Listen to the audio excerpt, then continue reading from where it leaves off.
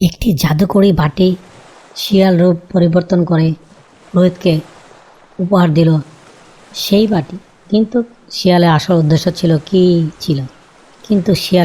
উদ্দেশ্য ছিল কিভাবে একটি বিড়াল তার সরল মালিককে কিনশুনের ভয়ঙ্কর জাদু থেকে বাঁচালো।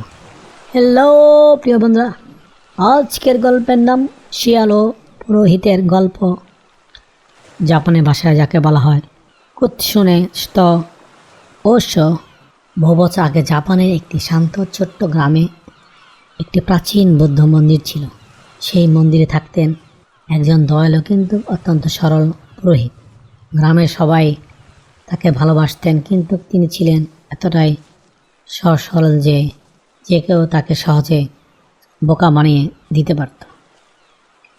মন্দিরের আশেপাশে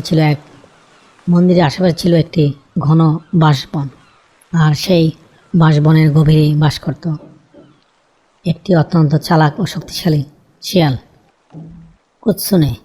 কুৎসুনে ছিল রূপ পরিবর্তনের এবং মানুষকে ধোঁকা দেওয়ার উস্তাদ।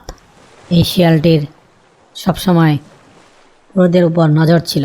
সে প্রায় ভাবত এই নিরীহ লোকটিকে বোকা বানানোটা খুবই সহজ হবে।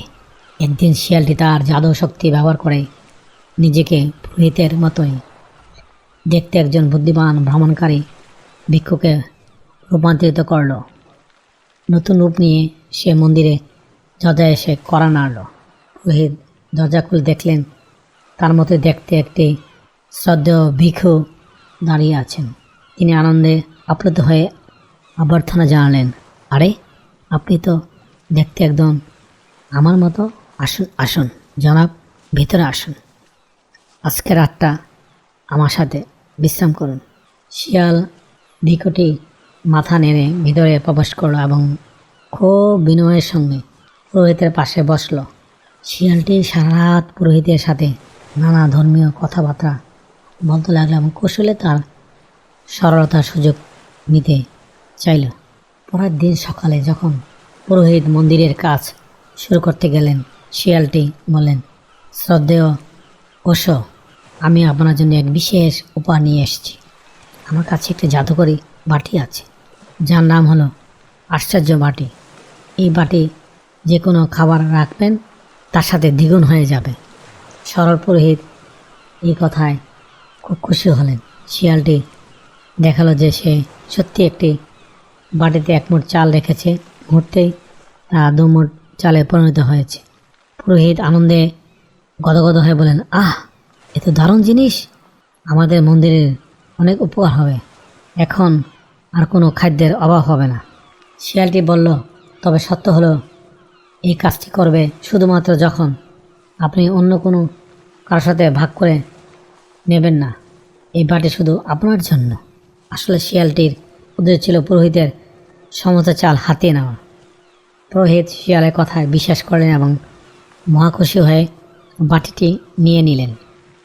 শিয়ালটি বিদায় নিলে আর মনে মনে ভাবল, এবার পুরোহিত সব চাল দ্বিগুণ হবে, আর আমি যখন খুশি তখনই তার কাছে গিয়ে সেই অতিরিক্ত চালগুলো কৌশলে হাতিয়ে নেব। পুরোহিতটি সেই বাটি পেয়ে সত্যি ভীষণ খুশি। তিনি ভাবলেন, আমার তো আর চালের অভাব হবে না, কিন্তু এখন আমাকে একটি বড় সমস্যা থেকে মুক্তি পেতে হবে, সেটা ইঁদুর। মন্দিরে অনেক ইঁদুর ছিল যারা সারাদিন পুরোহিতের জিনিসপত্র কেটে কুটে নষ্ট করত। পুরোহিত যখন বাজারে গেলেন এবং একটি সুন্দর বড় মোটা বিড়াল কিনে নিয়ে এলেন, তিনি বিড়ালটিকে ভালোবেসে নাম দিলেন মিয়াও। মন্দিরের চাল দ্বিগুণ হওয়ার খবর দ্রুত আশেপাশে ছড়িয়ে পড়ল। কিছুদিনের মধ্যে শিয়াল ভিক্ষু বার তার রূপ ধরে মন্দিরে ফিরে এলো। শিয়ালটি হাসিমুখে পুরোহিতের কাছে এলো, বলল, শ্রদ্ধেয় ওশো, আপনি নিশ্চয়ই আপনার বাটি নিয়ে খুব সুখে আছেন। আমি এখন কিছুদিনের জন্য ভ্রমণে করতে যাইব।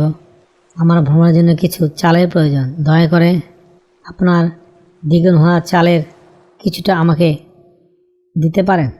পুরোহিত সরল মনে রাজি হলেন। তিনি শিয়ালকে চাল দিয়ে সেই রান্নাঘরের দিকে এগোচ্ছেন, ঠিক সে মুহূর্তে একটি দৃশ্য ঘটল। বিড়াল মিয়াও রান্নাঘরের পাশে ঘুমিয়েছিল। শিয়াল, যিনি এখন ভিখুর রূপ ধরে আছেন, তিনি বিড়ালকে দেখলেন না, কিন্তু বিড়াল মিয়াও এক ঝলক দেখে বুঝতে পারল যে এই ভিখুর বেশের আড়ালে লুকিয়ে আছে এক শিয়াল। বিড়ালেরা শিয়ালদের চিনতে পারে সহজে। বিড়ালটি মনে মনে ভাবল, এই শিয়াল, আমার সরল মালিককে ঠকাচ্ছিস, আমি কিছুতেই তা হতে দিব না। মুহূর্তের মধ্যে বিড়ালটি প্রচণ্ড জোরে মিয়াও আওয়াজ করে ডেকে মিয়াও করে ডেকে উঠে শিয়ালের উপর ঝাঁপিয়ে পড়ল। শিয়ালটি রূপ পরিবর্তনকারী হলেও বিড়ালের আকস্মিক আক্রমণে হতভম্ব হয়ে গেল। সে এতটাই ভয় পেল যে তার জাদুমন্ত্র কাজ করা বন্ধ করে দিল। সঙ্গে সঙ্গে শিয়ালের সুন্দর ভিখু রূপটি উধাও হয়ে গেল। সে তার আসল লোমশ শিয়াল রূপে ফিরে এলো।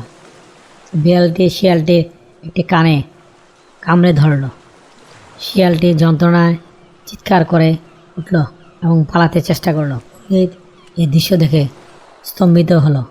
তিনি দেখলেন যে তার শ্রদ্ধেয় ভিখু অতিথিটি আসলে একটি দুষ্ট শিয়াল।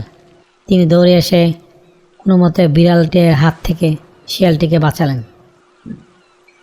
শিয়ালটি কোনো মতে বিড়ালের কামড় থেকে নিজেকে মুক্ত করে দৌড়ে বাঁশবনের দিকে পালালো, আর পেছনে ফিরে তাকানোর সাহস পেল না।